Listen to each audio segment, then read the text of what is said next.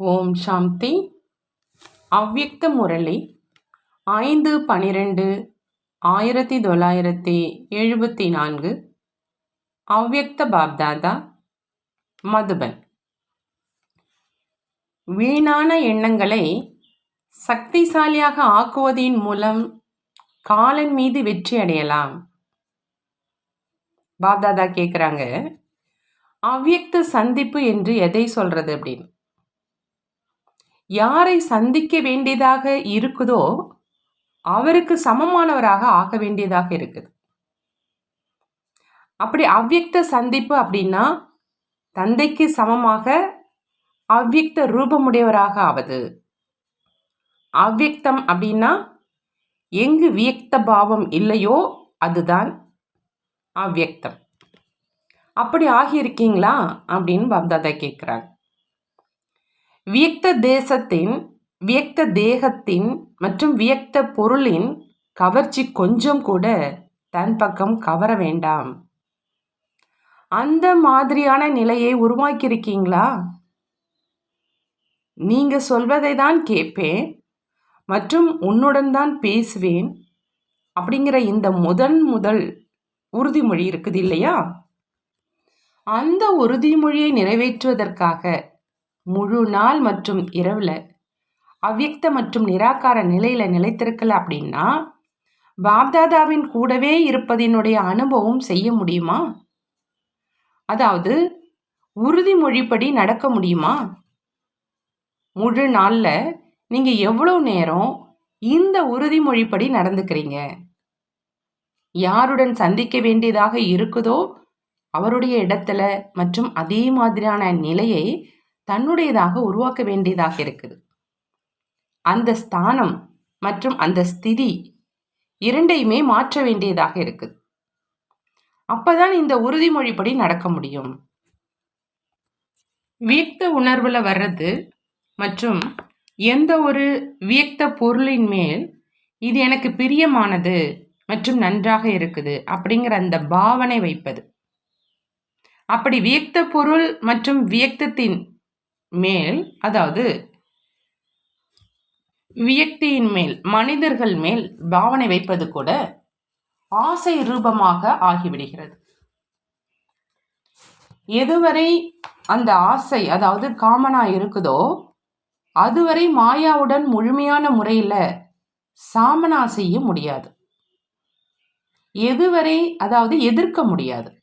எதுவரை சாமனா செய்ய முடியாதோ அதுவரை சமமாக ஆக முடியாது.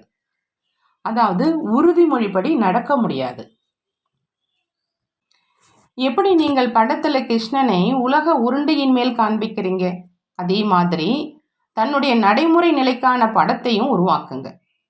இந்த ஸ்தூல தேசம் மற்றும் இந்த பழைய உலகத்திலிருந்து விலகிய நிலை, வியக்த உணர்வு மற்றும் வியக்த பொருட்கள் ஆகிய அனைத்திலிருந்தும் விலகிய, அதாவது இவைகளின் மேல் பார்வையாளராகி நின்று கொண்டிருப்பது. எப்படி கிருஷ்ணரினுடைய காலின் கீழே உலகத்தை காண்பிக்கிறாங்க மற்றும் உலகின் மேல் அமர்ந்திருப்பதாக காண்பிக்கிறாங்க. அதாவது அவருடைய எஜமானத்தன்மை மற்றும் அதிகாரத்தன்மையை காண்பிக்கிறாங்க. அப்படின்னா அந்த மாதிரி தன்னுடைய படத்தையும் உருவாக்குங்க. இந்த பழைய உலகத்துல மனிதர்கள் மற்றும் பொருட்களின் கவர்ச்சியின் அடிமையாகி வராமல் தன்னுடைய சுய ஆசையினால, தன்னால் உருவாக்கப்பட்ட எண்ணத்தின் ஆதாரத்தினால அவ்யக்தத்தில் இருந்து வியக்தத்தில் வரணும். எப்படி லிஃப்ட்ல உயிரே போகிறீங்க அப்படின்னா விரும்பினால் முதல் மாடிக்கு போகலாம், விரும்பினால் 2வது மாடிக்கும் போகலாம். ஏன்னா சுவிட்ச் தன்னுடைய கையில் இருக்குது. சுவிட்ச் கட்டுப்பாட்டுக்கு வெளியே சென்றுடுது அப்படின்னா அப்போ விளைவு என்னவாக இருக்கும்? இடையில நின்றுடும் இல்லையா? அதே மாதிரி இந்த நினைவு அப்படிங்கிற அந்த சுவிட்சை தன்னுடைய கட்டுப்பாட்டில் வைங்க. எங்கு விரும்புகிறீங்களோ, எப்போ விரும்புகிறீங்களோ மற்றும் எவ்வளவு நேரம் விரும்புகிறீங்களோ அப்படி தன்னுடைய ஸ்தானம் மற்றும் ஸ்திதியை உருவாக்க முடியணும். அந்த மாதிரி அதிகாரியாக ஆகியிருக்கீங்களா? காலன் மேல் வெற்றி அடைஞ்சிருக்கீங்களா? காலன் அப்படின்னா நேரம். அப்படி காலன் மேல் வெற்றி அடைபவராக ஆகியிருக்கீங்களா? அந்த நேரத்தின் மீது வெற்றி அடைபவர்களாக ஆகியிருக்கீங்களா? ஒருவேளை பாண்டவ சேனை மற்றும் சக்தி சேனையின் இந்த நிலை கடைசியில் வருது அப்படின்னா அமைதி சக்தியோ அறிவியல் சக்தியை விட குறைந்ததாக ஆயிடுது. ஏன்னா அறிவியலோ இப்பொழுது கூட இந்த தத்துவங்களின் மேல் வெற்றி அடைஞ்சிருச்சு. கண்காட்சியில் நீங்கள் ஒரு படம் காண்பிக்கிறீங்க இல்லைங்க, அதில் ராவணன் 4 தத்துவங்களின் மேல் வெற்றி அடைந்திருக்கிறான். அதில் காலனையும் காண்பிக்கிறீங்க இல்லையா? எப்போ ராவணன், அதாவது ராவணனுடைய சக்தி அறிவியல் இப்பொழுது கூட மிக அதிகமான எல்லைக்கு உட்பட்ட தத்துவங்களின் மேல் வெற்றி அடைஞ்சிருச்சுன்னா அறிவியல் உங்களை விட சக்திசாலியானதாக ஆயிடுச்சு இல்லையா? எப்போ அறிவியலினுடைய சக்தி தன்னுடைய வெளிப்படையான நிரூபணத்தை கொடுக்குது அப்படின்னா அமைதியினுடைய சக்தி தன்னுடைய வெளிப்படையான நிரூபணத்தை கடைசியில் கொடுக்குமா என்ன? தேவையான நேரத்தில் வெற்றி அப்படின்னா காலன் மேல் வெற்றி அடைவது. இதனுடைய சதவிகிதம் இப்போ குறைவாக இருக்குது. தன்னை நிராகார நிலையில் மற்றும் அவ்யக்த நிலையில் நிலைத்திருக்கவோ செய்கிறீங்க. ஆனால் எவ்வளோ நேரம் நிலைச்சிருக்க விரும்புகிறீங்களோ அவ்வளோ நேரம் அந்த நிலையை நிலைத்திருக்க முடியல. அந்த நிலையினுடைய அனுபவத்தையும் பிராப்தி செய்கிறீங்க, கடின உழைப்பையும் செய்கிறீங்க. ஆனால் காலன் மேல் வெற்றி அடைய முடியல. இதன் காரணம் என்ன? அரை மணி நேரம் சக்திசாலியான நினைவில் அமருவேன் அப்படின்னு நினைக்கிறீங்க. மேலும் அரை மணி நேரம் அமரவும் செய்கிறீங்க மற்றும் திட்டத்தையும் உருவாக்குறீங்க. ஆனால் எவ்வளவுக்கு எவ்வளவு எந்த நிலையில் இருக்கணும் அப்படின்னு யோசிக்கிறீங்களோ அவ்வளோ நேரம் அந்த நிலையில் நிலைத்திருப்பது கிடையாது. 3வது மாடியில் செல்வதற்காக சுவிட்ச் ஆன் செய்யலாம் அப்படின்னு யோசிக்கிறீங்க. ஆனால் 2வது மாடிக்கு அல்லது தரைத்தளத்துக்கு சென்றடைஞ்சிறீங்க. ஏன்னா காலன் மேல் வெற்றி அடையலை. இதற்கான காரணம் அடிக்கடி முழு நாளில் நேரத்தை வீணாக இழக்கும் பயிற்சி உடையவராக இருக்கீங்க. வீணானதின் மேல் கவனம் கொடுப்பதனால்தான் காலன் மேல் வெற்றி அடைகிறதுல சக்திசாலியாக ஆக்குறீங்க. எதுவரை நேரம் வீணாக செல்லுது அப்படின்னா அதுவரை வெற்றி அடைவதில் சக்தி நிறைந்தவராக ஆக முடியாது.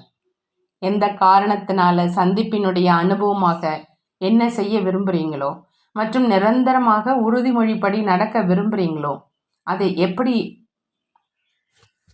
அனுபவம் ஆகணுமோ அப்படி அனுபவம் செய்ய முடியல மற்றும் நடக்க முடியல.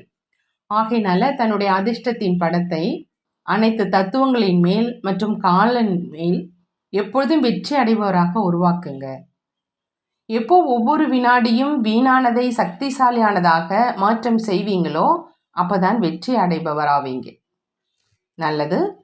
அந்த மாதிரி எப்பொழுதும் வெற்றி அடையும், எப்பொழுதும் அதிகாரி, நிரந்தரமாக உறுதிமொழிப்படி நடக்கக்கூடிய குழந்தைகளுக்கு ஒவ்வொன்றையும் வீணானதையும் சக்தி நிறைந்ததாக மாற்றம் செய்யக்கூடிய, எப்பொழுதும் வியக்த உணர்விலிருந்து விலகி அவ்வியக்த நிலையில் நிலைத்திருக்கக்கூடிய அதிர்ஷ்ட நட்சத்திரங்கள் மற்றும் நெருக்கமான நட்சத்திரங்களுக்கு பாப்தாதாவின் அன்பு நினைவுகள் மற்றும் நமஸ்காரம்.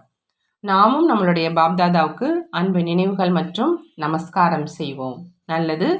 ஓம் சாந்தி. நன்றி பாபா, நன்றி. ஓம் சாந்தி. அவ்வியக்த முரளி 24/12/1974. அவ்வியக்த பாப்தாதா, மதுபன். ஒரு தடவை சகயோகம் கொடுப்பது அப்படின்னா கடைசி வரை சகயோகம் பெறுவதாகும். ஒரு தடவை சகயோகம் கொடுப்பதுன்னா கடைசி வரை சகயோகம் பெறுவது. பாப்தாதா எப்பொழுதும் வெளிநாட்டினரை முதல்ல நினைவு செய்கிறாங்க. எப்படி பந்தனத்தில் இருக்கிறவங்க முதல்ல நினைவில் வருவாங்க, அதே மாதிரி வெளிநாட்டில் இருக்கக்கூடிய குழந்தைகளும் நினைவில் வராங்க. அவர்களுக்கும் அடிக்கடி இந்த தேசத்தில் வர முடியாத பந்தனமும் இருக்குது இல்லையா? பாப்தாதாவோ அவங்கள அனைவரையும் விட அருகில் பார்க்குறாங்க. யார் வெளிநாட்டின் சேவைக்காக சென்றிருக்கிறாங்களோ அது என்ன தூரமா? அவங்க கண்களின் எதிரிலும் இல்லை, ஆனால் கண்களில் நிரம்பி இருப்பவர்கள் ஒருபொழுதும் தூரமாக இருப்பதும் இல்லை. அதுவும் அனைவரையும் விட அருகில் இருப்பவர்களாக ஆனாங்க இல்லையா? நீங்கள் கண்களின் எதிரில் இருக்கீங்களா அல்லது கண்களேயே நிரம்பி இருக்கீங்களா? யார் நிரம்பி இருக்கிறாங்களோ அவங்க நிரந்தர யோகியாக இருக்கிறாங்க. வெளிநாட்டில் இருக்கக்கூடிய குழந்தைகள் அருகில் வந்துடுறாங்க. மேலும் தேசத்தினுடைய கணக்குப்படி யார் அருகாமையில் இருக்கிறாங்களோ அவங்க 4 வருடங்களிலும் ஒரு தடவை கூட வருவதில்லை. அப்படின்னா அருகில் இருப்பவர்களாக யார் ஆனாங்க? இவை அனைத்தும் சூட்சும தொடர்பு. நெருக்கமான உறவு இருக்குது, அதனால தான் நெருக்கமாக வந்திருக்கீங்க. இதுவும் நிரூபணம் இருக்குது இல்லையா? நாடகப்படி பாருங்க, இவ்வளோ மகாரதிகளுடைய எண்ணம் நிறைவேற முடியல, ஆனால் உங்களுடைய எண்ணம் தான் நிறைவேறிடுச்சு. அப்படியானால் நெருக்கமானவர்கள் ஆனீங்க இல்லையா? தன்னை பாப்தாதாவிடம் இருந்து தூரமாக இருக்கிறேன் அப்படின்னு ஒருபோதும் நினைக்காதீங்க. தன்னுடைய ஜாதகத்தை பார்க்கணும் அப்படின்னா தொடக்கத்திலிருந்து, அதாவது பிறந்ததிலிருந்தே என்னுடைய அதிர்ஷ்டத்தினுடைய ரேகை எப்படி இருக்குது அப்படின்னு பாருங்க.